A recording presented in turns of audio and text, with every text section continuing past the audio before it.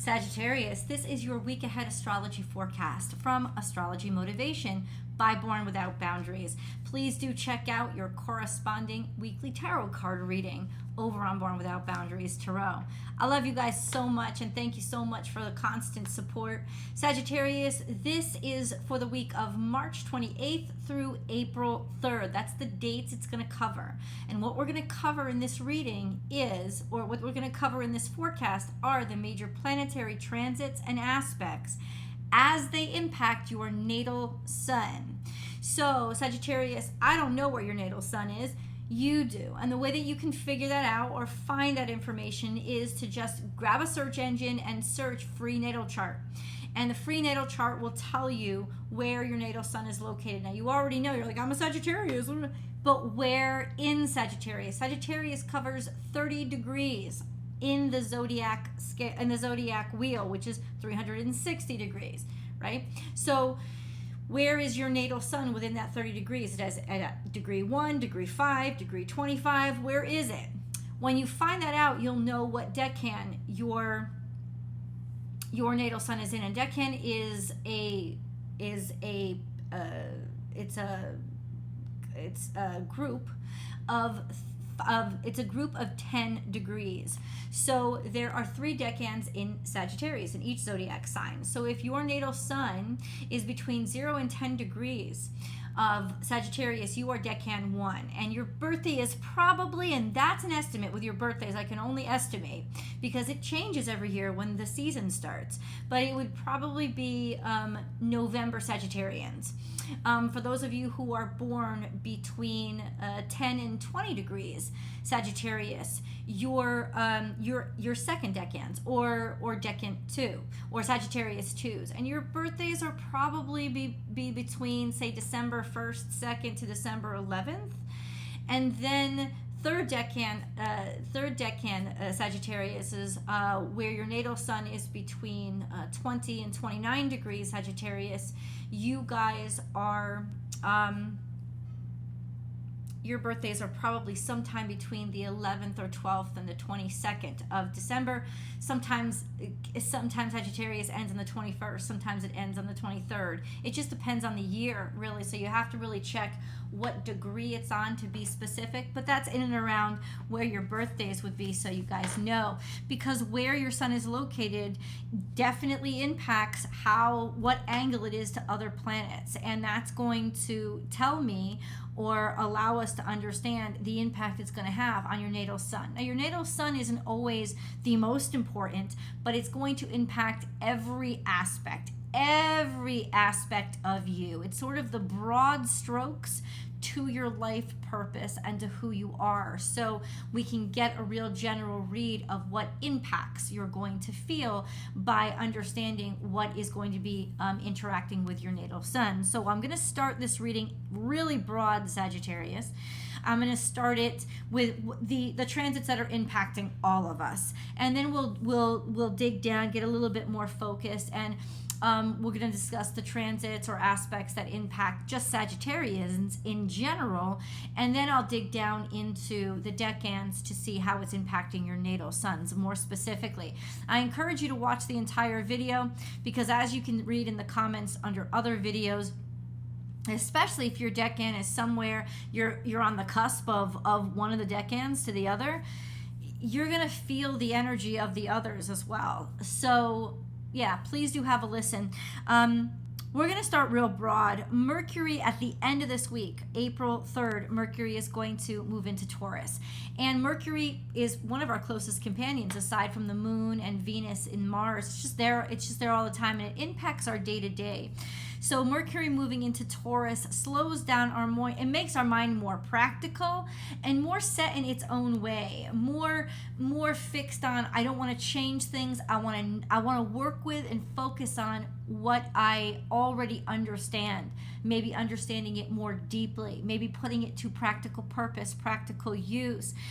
Mercury in Taurus is very respectful when it communicates, and it's very traditional in how it thinks. So just to give you an overview, it's moving from Aries. And Aries, it's very rapturous, spontaneous, it's very forthright, it's very aggressive. but not in Taurus. So there is a bit of a change in communications right now. Let's get into what is happening with Jupiter, though. Jupiter's your ruling dignitary, so it's always going to impact you. Always, always, always know where Jupiter is. Jupiter moves signs, like it stays in a sign basically for a year, even though it has a retrograde in the middle that goes back in the middle of the year as a retrograde that goes back into the sign it was before. But all in all, it will spend about a year, if not a year consecutive, but a year in one sign. And right now, of course, Jupiter is in Aries, but it's moving along in Aries. And as it moves along in Aries, it gets further. In fact, it ends at 19 degrees Aries. So it is basically trine to second decan Sagittarius suns, but it's almost there on the cusp, right, of the third decan. And Jupiter trine your sun is a very wonderful energy to have. Let's go back. Jupiter is now moving its way through Aries, but it's moving apart from Chiron. In the beginning of the week, Jupiter is going to be conjunct Mercury and conjunct Chiron on both sides of it, two different sides. So Jupiter conjunct Mercury is expansive, broadening talk, maybe even speaking too much or deciding too quickly or being interested in too many things at once. And then we have on the other side, conjunct Chiron, pain. Pain, too much pain, too much suffering, expanding and growing maybe from learning through the pain, especially with Mercury conjunct Jupiter conjunct Chiron, learning through the pain by understanding it, talking about it, and maybe even giving advice about pain or issues that you've gone through to help you grow and expand. But Mercury moves quick, and by the end of the week, it's not going to be conjunct Jupiter anymore as it transits into Taurus. Not going to be conjunct Jupiter. In fact, it's only conjunct Jupiter through Friday. Now, Chiron continues to be conjunct Jupiter as it has continued to be conjunct Jupiter, but it's lessening. The conjunction is about 4 degrees out, and while that is still a powerful conjunction, it is not as powerful as it used to be. So there is a sense of rectifying that suffering, rectifying that pain, and now being at a point where you can really start to figure out, what do I do with this? How do I let this inspire me? How do I make something out of these issues, or figure out what to do with what I now know? And I think Mercury being in that conjunction for a while really helped you put some tangible understanding into what's going on and how do I fix it. And with Jupiter conjunct Chiron, with Chiron being in Aries, this could absolutely be physical pain, physical suffering, something that was disorderly or dysfunctioning in your body. And I hope that you're working with a doctor if that's true. But I'll tell you right now, if you've chosen to ignore it, it will get worse until you don't. This is not a time to ignore it. This is a time to accept it, address it, and fix it. And so as Mercury passes by on Friday, the pain, like, you should know what to do with it by now, is what I'm saying. If you've been going through whatever kind of pain it is, emotional or physical, you feel free to always let me know in the comments below how you're experiencing this energy. But it's definitely time to actually just take action and start getting motivated by it and doing something about it. Jupiter is basically, for the most parts of the week, except for the conjunctions, it is not heavily aspected. Through Saturday, it does have a semi-square to Saturn, which means agitation, frustration with rules, laws, regulations, or authority figures, really just dealing with their stubbornness. It's not that things aren't moving at all, it's just things are a little bit, just dealing with people's stubbornness. That'll be done by Saturday. I don't think this may not impact you directly. The people that it will impact more directly are second decan Sagittarius, is because Jupiter, once again, is in a direct relationship with your natal sun. It's in a trine. Now, Jupiter trine your natal sun is a beautiful energy. It means peace and harmony with yourself. But if you just go back through all the things Jupiter is going through, it means you're working on peace and harmony with yourself. You're resolving the issues by resolving the issues that were causing the pain and suffering. And this is where the trine is helping you. It's helping you to resolve and rebalance and get back into a healthy, balanced, peaceful state of being. You are also trine to Chiron. You are also trine to the current sun by Saturday. By Saturday, the sun will slip into the second decan of Aries. You guys will be trine to the current sun. This is kind of feeling good about yourself and having courage and self-support. It's almost self-support. So you can take action and become an authority on whatever Chiron was trying to teach you.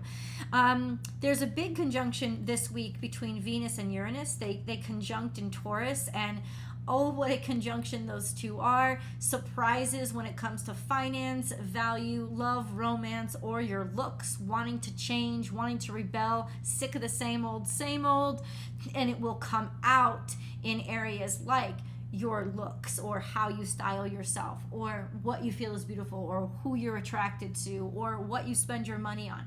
So could be good, could be bad. Conjunctions are neither. It's just how you use the energy. You guys, your natal suns are in a quincunx to this energy, so it could be very frustrating for you. Whatever's going on, there's frustration associated with all those changes and that need that a change. It could be frustrating you, like a sense of, why is the stuff that I was so happy about last week now starting to frustrate me and I don't want anything to do with it?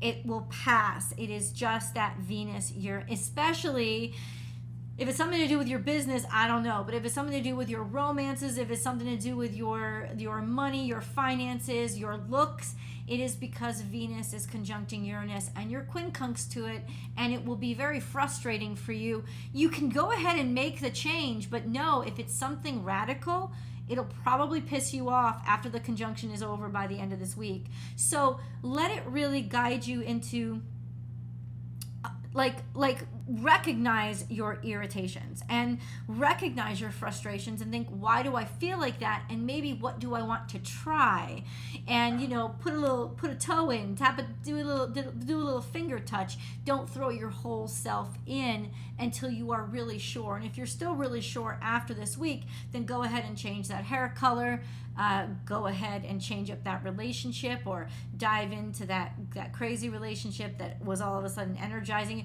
But there's just this sense of being really frustrated because of all of a sudden not feeling as content as you used to toward that specific Venus run set of things. So just FYI, that's why it's the conjunction with Uranus. For those of you Sagittarius 1, so November Sagittariuses, you guys are major conjunctions here that are going to last for the whole year. Sextile to Pluto, square to Saturn. So there's a sense of wanting to move forward, wanting to make change, and being ruthless in it, in a sense of not taking any guff from anybody to make it happen, which will make you butt heads with Saturn even more, because you're still going to have challenges getting the laws to pass, or getting the approvals, or people in authority not agreeing with you. And that's going to be all year, but it's a square. So all the challenges that come up in those issues are actually there to teach you how to get stronger, so that you can put that sextile to Pluto to use and actually make a huge impression once you understand everything to the degree that you need to understand it to make those changes. You also have a trine to the current sun until Friday. Friday, it moves out of the first decan into the second decan, but until Friday, your natal suns are going to be trine to the current sun, which is going to give you an infusion of harmony within the self, a sense of being on your own side and feeling comfortable with who you are, which is always very helpful, right? Third decan Sagittarius is your natal sun is actually sextile to Saturn all year, and I've talked about this before. This is very productive energy. You should go for it. This is being seen really well. I mean, this is going to help you with work a lot, because especially if you're an employee, it's going to make you look real good and work really well and harmoniously with your superiors. So this is a good year to set yourself up for a raise, to get that promotion, or even to apply for new roles, new work, because you will be well received. This is great opportunity. Sun sextile Saturn all year. Great opportunity for you to push your career forward. Square to Neptune, there could be some self-deception going on. So whatever opportunities are offered to you, check with somebody that's objective to make sure that they're seeing things the same way. Neptune does tend to fog the brain. Also, if you're beginning any physical ailments that have to do with the lymphatic system, or just sort of your kind of the fluids and your mucuses in your body, understand that could be the square to your natal sun. It's bringing that up because that's what Neptune rules inside the body is mucus stuff and lymphatic systems and stuff like that. So please be aware and get that checked, because it's not just a passing thing. There's just extra congestion in you now, and it can reveal some longer term issues. That's an FYI. And then we have a trine to Mercury all week. So all week long, no matter what, Mercury is in the third decan of Aries. It's going to, by the end of this week, April 3rd, it is going to slide into Taurus, but you guys will still be, at least at the very end, you got very end of decan 3. Those of you on the Capricorn cusp at the very end of this week will still be trine to Mercury. Most of the week, you're all in enough of degrees, you're all going to be trine to Mercury. Sun trine Mercury is your mind is very clear. You're also communicating very effectively, efficiently, and kind of romantically, harmoniously. You kind of have Sun trine Mercury has the ability to calm people and put things back into balance, to think in a way that will encourage harmony, and sort of inspire collaboration. So this could also be poetry. This could also be creative writing. It is a very creative and fluid energy. So if you feel inspired, go ahead and let your creativity out, especially when it comes to any kind of writing or any kind of communications. I love you guys so much, and I hope this has been helpful information. If so, please give it a thumbs up. And remember that if you subscribe to this channel, which I hope you will subscribe right now, you can participate in the live chats when there's a daily tarot update, a daily astrology update that I need to go over with you guys, because something big is going to be happening on a specific day, or it's happening that day. I'll go live and we'll have an astrology chit chat, and only if you are subscribers will you be able to participate in those and get the notifications as to when they're happening. So please do subscribe to the channel. I love you guys so much, and I hope to see you over in the Sagittarius Born Without Boundaries Tarot week ahead.